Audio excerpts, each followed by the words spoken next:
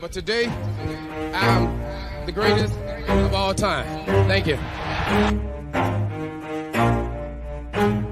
Never stop, I'll get it if I want it. Gotta make to myself a promise. I won't quit, keep going till I got it. I won't give up till I'm on top. Yo, no, I ain't the type to give up. If I do something, man, I do it till I get what I want. I turn a business out of nothing into something I love. I got a poker face, but honestly, I'm not one to bluff. I flip a switch, never miss, man, I always stay up. Don't let them see you, always have a plan to stay tough. This life ahead of you ain't easy, it was built to be rough. But that's what makes a personality, is tragedy, bruh. So keep your head on your shoulders. Now we ain't out here moving rocks, we out here moving boulders. Now we ain't getting posterized, we out here making posters. And we ain't got nothing to hide, we move forward like soldiers. You better wake up for the pay stub, or you'll pay up. Don't make love to the game, bruh, fuck the game up. Change up, rearrange stuff to your greatness. Famous for the way up, play the game, bruh. Never stop, I'll get it if I want it. Gotta make to myself a promise. I won't quit, keep going till I got it. I won't give up till I'm on top, yeah. You know I'm always honest, there ain't no way I'll never stop it. I won't quit, keep going till I got it. I won't give up till I'm on top, I'm always flirting with pain, she like to hurt me and maim. I'm always working to change, but she's still lurking the same. I keep on building his dynasty while the haters be trying me, but they hate from inside. All right, what's going on, everyone? Welcome to the Elite Sports and Entertainment Network. Of course, as you know, this is Unscripted. And join me to talk about the NFL 2024 award show predictions. Who's going to be winning all the big awards in the National Football League being held next week is my cohort in crime, Jay McLovin. What's up, Jay? It's been one of those days. One of those days, Logan. But, man, what a time to be alive. It's good to talk some sports. Yeah. And take your mind off the grind of everything else that goes on around you. For any of our listeners out there, I hope this takes your mind off of your life. It's going to definitely take it off of mine. Yeah, for sure, man. I mean, that's the thing with, we do with just sports in general, with other entertainment aspects, movies, music, whichever, even, cooking too. People find that kind of therapeutic. We're here to kind of take some of the craziness out of everyone's lives for 30 minutes here today. We're here to relax. We're going to have, obviously, some spirited debate, nothing too crazy, though.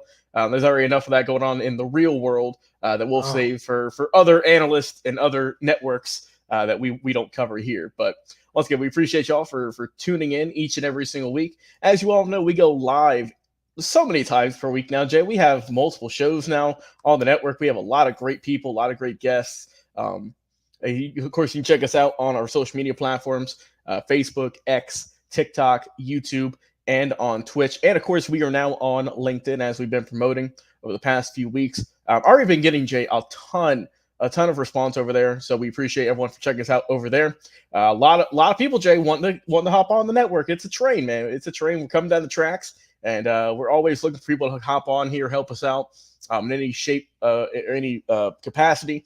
And like I said, man, we are a growing network, and we look forward to just going out there and expanding. And that's what we're here to do, man. Just have a good time, talk some sports, and just overall, man, have some fun. Well, Jay, let's just go ahead and get into it, brother. We're talking the NFL awards for 2024. I'm using Bleacher Report, as you can see on the screen, for my source here. This is an article from Mr. Joseph Zucker, so great work from him. So, Jay, we'll just go ahead and go down to the bottom just because we know which one the top's going to be. That's the MVP. That's our main event. That's what we call in the industry. That's a teaser. You got to tease what's going to be the last thing, and you got to keep the fans hooked in. So that's what we're going to do, man. We're going to start here from the bottom, and we're going to start rocking with the Assistant Coach of the Year. Now, your options, Jay, are offense coordinator Ben Johnson, defense coordinator for the Baltimore Ravens, Mike McDonald, who was actually just hired in Seattle, I believe, just the other day. So congratulations to him.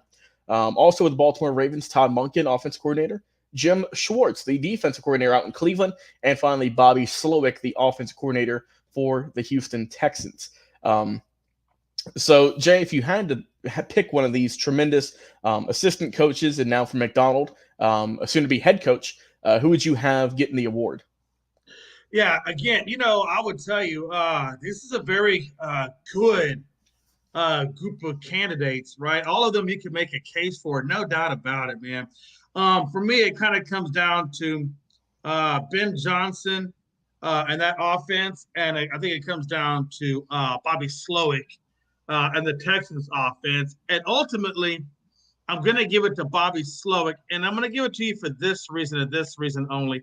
Both of these guys can develop, no doubt about it, man. I don't know that Jared Goff has necessarily developed exponentially higher than what he came with to Detroit initially, right? If anything, I think, there might have been some development with Jamar Gibbs and some of the younger guys on that level, but not so much at the quarterback level. And that's really one of the biggest positions on the whole damn team. And what Bobby Slowick has done with the development of CJ Stroud, and what he's done for the development of all of those wide receivers that, quite honestly, none of us knew the damn names of until they started getting noticed by Bobby Slowick's offense and CJ Stroud's production to them. And what they've been able to do within a rookie season of not only a head coach, Logan, but then the rookie season of their franchise quarterback. And the fact that you could go from a laughingstock and damn near dead last and then go to the playoffs only to lose to the Baltimore Ravens, which, quite honestly, was one of the more complete teams in the league up until the fact they met the Kansas City Chiefs. And the thing about it that got me was that offense really could not do a whole lot against Kansas City's defense, which is a sub-10 defense, but not exactly 100% elite. So that kind of worries me a little bit with the Baltimore Ravens side of it. So that's why I still got Ben Johnson versus Bobby Slowick. And I got to give it to Bobby Slowick, Logan. I just think what he's done in this 1 year and complete culture and developmental turnaround is just incredible. And for that reason, I got Bobby Slowick. No, yeah, I mean, obviously there's all these guys are deserving that we're going to see here on the screen. But, I'm with you, Jay. Those are the top two for me. Also, I want to give I think that Jim Schwartz, what he has done with that Cleveland defense and how well they played for the majority of the year, that's really, Jay, what kept them in the hunt and got them to the playoffs. So obviously, solid offense all in all, but that defense was the real kind of bread and butter for Cleveland. But I mean, Ben Johnson, came out the other day. He is going to stay in Detroit for a few more seasons at least. I think his contract ends in 2 to 3 years. So they're expecting a lot more, obviously, after the miracle run they had. But I'm with you, man. I gotta go Bobby Slowick. Getting a rookie quarterback and a very young team, and doing what they were able to do is just tremendous. Especially just the offensive numbers that they put up, the schemes they put, how well CJ Stroud, Tank Dell, Nico Collins, all those, Damian Pierce, all those guys played. That's a credit to him, man. Because, yes, obviously the players are the ones to execute it, Jay, but it's the coach that's supposed to put them in the right place, supposed to put them in the right schemes, in the right plays, right hot routes and whatnot. And I think he did a phenomenal job. No one thought this team, Jay, would make it as far as they did, making it to the divisional round, as we know. And, I mean, like I said, they are just coming off a pick in the top 5. Teams usually are stuck for multiple years trying to just get back to the playoffs. And also, too, this is with a new head coach, which we're going to talk about in just a second. New head coach, offensive coordinator, a brand new young team. I mean, I think it has to go to Slowick. I think Ben Johnson will honestly get some good votes, as he should, with how he did in Detroit. But I think for me, I got to go with you, man. I got to go Bobby Slowick. Obviously, a guy who his name was thrown around, Jay, a lot in head coaching. And, it does appear that he will be staying out there in Houston for the time being. And I think that's great for them. That's great for the city, great for the team. And I think that CJ Stroud and crew are going to benefit from that greatly. All right, Jay, let's keep it moving here. We went from assistant coach of the year to now coach of the year. Your nominees are Dan Campbell with the Lions, John Harbaugh with the Ravens, D'Amico Ryans with the Texans, Kyle Shanahan with the 49ers, and finally Kevin Stefanski with the Cleveland Browns. I'll go ahead and start this one off, man, and just say this. If it isn't Dan Campbell, I don't think I don't know what they're thinking. And I say that because the Lions, they just missed the playoffs last year. They not only did they make the playoffs, Jay, they won their division, something they have not done in forever. They went to the playoffs. They won. They got to the NFC Championship game, and they were right there, Jay. They were right there on the cusp of greatness to get to the Super Bowl. But unfortunately, their Cinderella story ended, and my God, what a season that they've had. I mean, in just this, the few seasons that Dan Campbell has taken over, and obviously we're just looking at this sole season, but I'm just saying in general, he has been one of the better head coaches that franchises has ever had. I mean, he's got a lot of guys who are just rallying around him, who believe in him, and yes, he takes gambles. We know that very well, but you don't see the guys on his team ever discredit him. You don't see them ever, second guess. They buy into what he's saying. And I think, to me, that's what a great coach is. He's got a tremendous young team. Jared Goff has had a renaissance out there in Detroit. And, I mean, without Dan Campbell, man, I don't know where this team would be, but I don't think they would have made it to a conference championship game. So, for me, I think the clear-cut winner is Dan Campbell. Obviously, the rest of these guys have had good seasons, as we know. Harbaugh at the Ravens, they lost the other week. D'Amico Ryans, as we just talked about with Bobby Slowick, that tremendous output that team had. I think D'Amico Ryans deserves some votes. Kyle Shanahan, I think for him, it was expected that the 49ers would dominate. So I wouldn't put a whole lot of stock into him. And Kevin Stefanski, I think he might get a couple of votes only because of how he was able to deal with the injuries that they accumulated early in the year. Of course, as we know, with Nick Chubb going down, with Deshaun Watson being hurt, and for still that team to make it to the playoffs, it is commendable. But for me, I think it's got to be Dan Campbell, or else I don't know what this committee's doing. Logan, I like how you go all in on Dan Campbell. I do. I like it. I appreciate it. I appreciate it, Jay. I like it. I don't necessarily agree with it, but I like it. Okay, go ahead. Again, for me, this goes down between the Texans and the Lions. And the reason why the other three, for me, aren't in there is because they've been having these squads together for a while now. Mm-hmm. So it's not like they're doing dramatic things over there, right? I mean, Shanahan has weapons. Stefanski's had weapons. Although I understand that Watson went down, but again, Watson was horrible garbage trash anyway. Right. And then you bring in a guy like Flacco, and he flourishes, and so he makes you look good. I get all that. But even him, I'm not even putting it because he's had a lot to work with for a little bit of time now. And then we go to Harbaugh. Harbaugh's been there for decades, and we all know he's had Lamar, and they've had all this for a while. So these guys have not made dramatical improvements, and they certainly haven't gotten to the top pinnacle yet to even say anything more than that.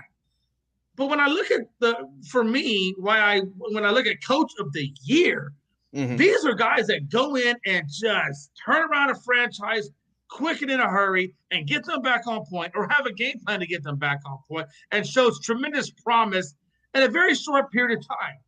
And when I look at Dan Campbell, he has had this squad for a little bit. This is his third year now at Detroit, and they have gotten better each and every year he's been. I mean, he took them from like 3-11 to like winning the division, and that's a great kudos, and that's a great achievement, and that's why he is in a battle with my boy D'Amico, right? But he has been a gradual kind of guy. And there's nothing wrong with being a gradual kind of guy and changing the culture. That's all fine and dandy. But it's not as impressive. It's just not as impressive as what D'Amico has done. It is very hard to go into a situation where you're inheriting the garbage that was left over from the Deshaun Watson debacle. It's not, you're also, handling the debacle of bad coaching, bad GM, bad everything.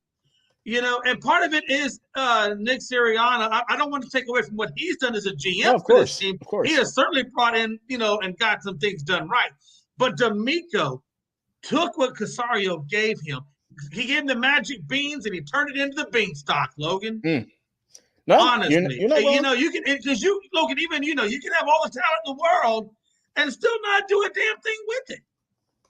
So that's why I don't want to not have Casario have his credit for this team, or have Bobby Slowick have credit for his offense. But it's D'Amico that took all the ingredients, put the culture in place, designed everything, and said, okay, let's go, boys. And they went from last place in laughingstock and instability to the mountaintop of the playoffs. The first time go, and won the division right up off the rip, first time go. Well, that's a hell of a thing to go from last to first with rookies at every damn spot you can imagine, Logan. And to be able to do that and pull that off is something that is extremely hard to do. and he did it. And for those reasons, I got D'Amico taking it. Well, Jay, that's what we're here to do, man. We're here to talk about who we think would win, and I think that's a prime example right there, my friend. We'll see who's going to win Coach of the Year this upcoming in about a week. All right, comeback player of the year. As we were just talking about the Browns, we got Joe Flacco, DeMar Hamlin with the Buffalo Bills, Baker Mayfield with the Bucks, Matthew Stafford out there in Los Angeles, and finally Tua Tagovailoa with Miami Dolphins. Jay, I've been seeing a lot of people talk about this one, and they think it's going to be a slam dunk for DeMar Hamlin. After we all know with the stuff that went on with him last season, it's more so just I believe him coming back to play, and not just I would say the play on the field, but the fact that he was able to just suit back up. Just real quick, do you agree with that sentiment? And who do you think will win? No, I don't agree with it at all. I think DeMar Hamlin is a feel-good story. It's a feel-good story because the man literally died on the field, and then they get him back to life. He rehabs, and he does make an appearance on the field, Logan. Mm-hmm. And if you want to go for feel-good stories, then yeah, he'll get it. But I don't want to look at just a feel-good story. DeMar Hamlin, hey, nothing against you, brother. I'm so thankful you made it back to the field. But this is, comeback player. Like you failed at the bottom, and you actually got on the field, and you went out there and did something and raised it or elevated your game from where it was before. So for those reasons, I can't put DeMar Hamlin as much of a feel-good story as it is there. I can't do it. I can't do it for Stafford. I can't do it. But for me, I think it's a three-headed monster. I think you got Flacco, who disappeared out of the league, was probably sitting drinking Mai Tais, and they bring him back, throw him in the Cleveland offense, which is a good offense, but without Nick Chubb. Remember that. And then goes on to get them doing great things and doesn't let the season go to waste. That's a huge thing for a guy to come out of nothing. Because nobody even have rust. This guy came in with no rust, just took over the team and continued missions, and then elevated it, right? Yep. Second one is obviously Baker Mayfield. This is the guy that we also wrote off to Nana Land and said, well, he had a good run at it, but he's done. No, he goes to Tampa, picks up where Tom left off, gets these guys in the playoffs, gets them past the first round over a Philadelphia Eagles team, which by all accounts we thought had a damn good shot at being in the Super Bowl. That's a comeback player. Secondly, I look at Tua Tagovailoa. This is a guy that's had more concussions in one season than Troy Aikman had an entire career. And yet he goes out there and he plays, and does great things on the field. Although he didn't do as well in the playoffs, he had a great regular season, Logan. The guy got the Dolphins at the top of the echelon in the standings. They were looking great.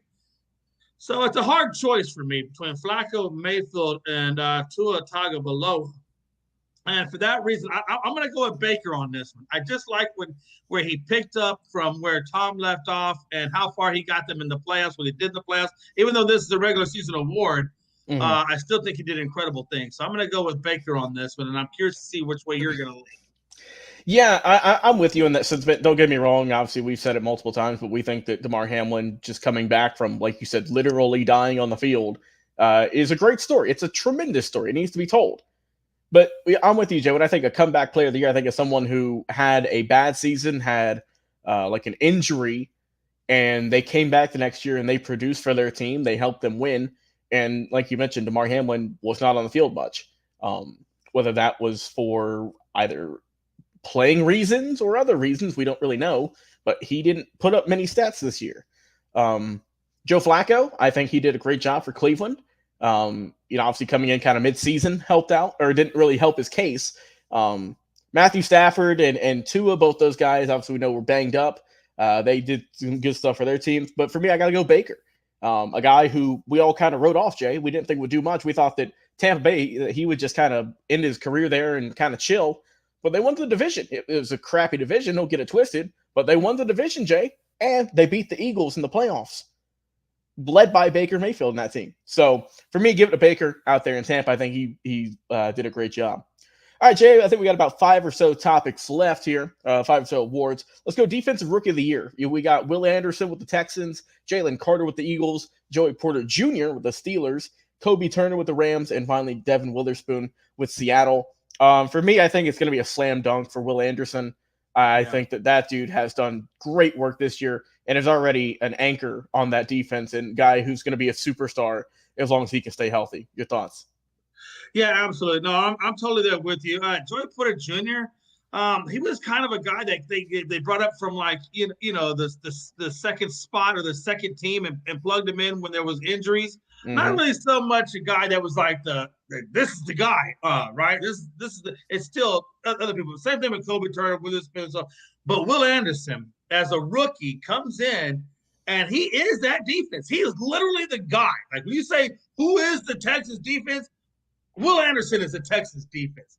The other ones, not so much. Great players, but they're not the people I say is that defense. And when you can be that guy, and there's a rookie, yeah, absolutely. Will Anderson, hands down. Yeah, I think that he should easily win it, but we'll see. All right, Jay, this one's going to be a little bit of a tough one here. Offensive Rookie of the Year, I think there's a two guys who really stand out to me. We got Jahmyr Gibbs, Sam Laporta, both on the Lions, Puka Nacua with the Rams, Bijan Robinson with the Falcons, and C.J. Stroud with the Texans. Jay, for me, it's a two-headed monster. It's a toss-up. Puka Nacua and C.J. Stroud. Which one are you going with? Yeah, absolutely. And, and I get everybody, I've heard so many strong things for Puka and things like that. And I'm like, and I don't want to take anything away from Puka. Puka's he's still great. Great. But you know what? Here's the thing. And I hate to say this, Puka, but you're a wide receiver guy. Okay, you're a wide receiver, okay? And when you're going up against another guy who is, by and large, the person of the team, like literally, I can take Puka out, put somebody else in there, and that offense is going to keep going on. I can't take the quarterback out and think I'm going to have the same level of production from the team as a whole. C.J. Stroud is the quarterback of the team. As a rookie, he has guided. And let's be honest, Logan, he doesn't go down with injury. We're not just talking Rookie of the Year. We're probably talking NFL MVP. And if you're in that conversation, before he had the injury, he was in that conversation. And then you want to come back to Rookie of the Year and think he doesn't take Rookie of the Year? I'm sorry, the evidence doesn't support it. It's hands down C.J. Stroud, and it's not even a barometer measure close. Good job, Puka, but unfortunately your position just doesn't command the overall Rookie of the Year when you're going up against a guy like C.J. Stroud at the best position on the team. Understandable. I agree with you. I think C.J. Stroud will win it. But obviously, I think if they had like a wide receiver of the year award, I think Puka would definitely win that one with hands as well. Down. Well, hands down. Don't get it twisted. Yeah. But I think obviously if you didn't have C.J. Stroud in here, he would win it bar none. But unfortunately, man, like you said, C.J. Stroud is the catalyst for that team. Puka did some great things. Don't get it twisted one bit. But I think they'll give it to C.J. All right, Defensive Player of the Year. You got your boy out there, DaRon Bland, Max Crosby with the Raiders, Myles Garrett with the Browns, Micah Parsons, and T.J. Watt. Jay, you giving it to a Cowboy? Oh, no. Okay. No. Offensive Player of the Year. Defensive. I think you can make a case for either Christian McCaffrey Hey, or Lamar Jackson. Jay, we're doing defense. We're doing defensive player. Oh, I'm sorry, I skipped that. I thought you said offense. I apologize. Man, so you went to defense, and yeah. So you look at Crosby, T.J. Watt, Michael Parsons. For me, it's always for me. And then you got DaRon Bland in there, man. DaRon Bland literally set the NFL record for interceptions and pick sixes. And that's a hard thing when you got that kind of accolade. But I already know that even with that being said, they're going to give it to T.J. Watt, right?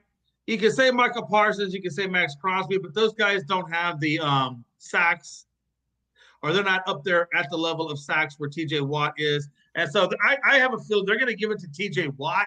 But if you ask me in my heart who I think deserves it, I think DaRon Bland deserves it. But if you ask me who I think takes it, it's going to be T.J. Watt. As much as I would love for Max Crosby to win this award, Jay, so the Raiders could win something, I think they might give the slight edge to Cleveland out there with Myles Garrett, just with the way that he was able to produce and how he was a force out there on the defensive line. Like I said, all these guys are absolute ball hawks and guys you don't want to see if you're an opposing quarterback. But I think they'll give it to Myles Garrett. All right, now we'll flip to the offensive. We got Tyreek Hill, Lamar Jackson, CeeDee Lamb, Christian McCaffrey, and Dak Prescott. I'll go ahead and give my 2 cents out there. For me, man, I got to go. I think Christian McCaffrey's done tremendous numbers. Tyreek Hill's also put up a lot, and obviously don't get it twisted. CD Lamb, Lamar, and Dak all have done great. But for me, usually this is where they tend to go with guys who are not quarterbacks, and I'll go and echo that. I think you got to give it to Christian McCaffrey. I think that he has been, just a juggernaut for that 49ers team as they head into the Super Bowl. And I don't think without him they are nearly as good as they are. What are your thoughts? No, it's absolutely Christian McCaffrey. Absolutely going to get Offensive Player of the Year.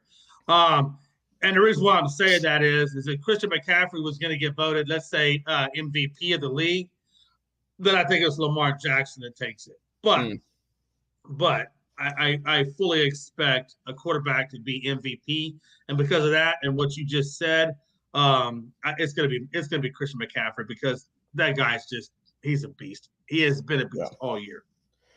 All right, and as we said in the beginning, here we are, the MVP comparison. Who's gonna win?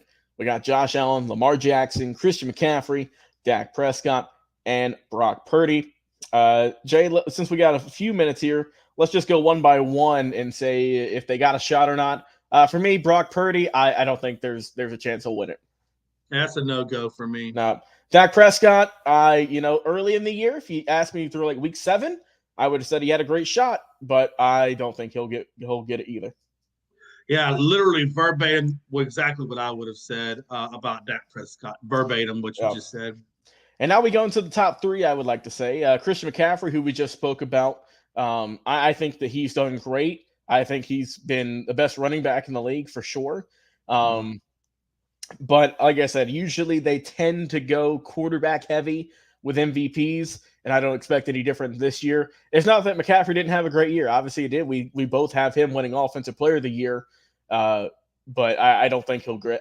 He might get like a handful of first place votes, but I don't think he will win it though. Yeah, I think Christian McCaffrey will get first place votes, but I don't think he gets enough. Right? Again, I haven't taken Offensive Player of the Year. I don't think he's going to have enough to get MVP of the year. But again, man, that guy's had a hell of a season, man, and you can't take nothing away from him. All right, man. And the final 2, we got Josh Allen with the Buffalo Bills. Go ahead and give your thoughts on him. Yeah, Josh has had a really good season. He really has. He's had a great season. Unfortunately, he just came up shy, couldn't get the job done in the playoffs. And I think for that, it's not his fault, right? I mean, he did best he could with that, but and again, the thing about him and Lamar, they both can run, right? Mm-hmm. We have both seen where Josh Allen has been the top running back in a game, and even sometimes the top running back in this season, which really makes James Cook look terrible when your quarterback is your number 1 running back. And same thing down there in Lamar Jackson. But unfortunately, this is one of those seasons, honestly, Logan, where Josh, I think the Miami game where he lost to Miami really kind of hurt his chances at getting that. You know what I'm saying? Mm-hmm. I think his record and stuff like that just kind of kept him from getting it. So for and again, these are small things. These are small things that kept him from getting it. But yeah, I think he's going to be looking. He'll get votes. Yep. But he'll be congratulating the guy we're going to talk about next. Yep. I think Lamar Jackson. He's been kind of anointed, the MVP for quite some time now, and I think it'll pay off for him. He'll win his second MVP. Jay, are you in agreement? Oh, absolutely. All right. And again, and I will tell you. Yep. Real quick. I think, and again, Lamar's going to get this, but if I can put a caveat to him getting it, be grateful, Lamar. Be grateful, because I'm telling you, right here, right now. If C.J. Stroud doesn't go down with injury, we're not talking your name. We're talking C.J. Stroud in this category. Okay? So just be grateful, that C.J. went down with injury and he missed enough time. And unfortunately, you need that time to be in this category. And so I think Lamar gets it by default. All right. And with that being said, guys, we appreciate you tuning in as always. This has been our 2024 NFL Award Show predictions. For Jay McLovin, I've been your host, Logan Landers. We'll talk to you guys again on another live episode. We'll see you soon. Go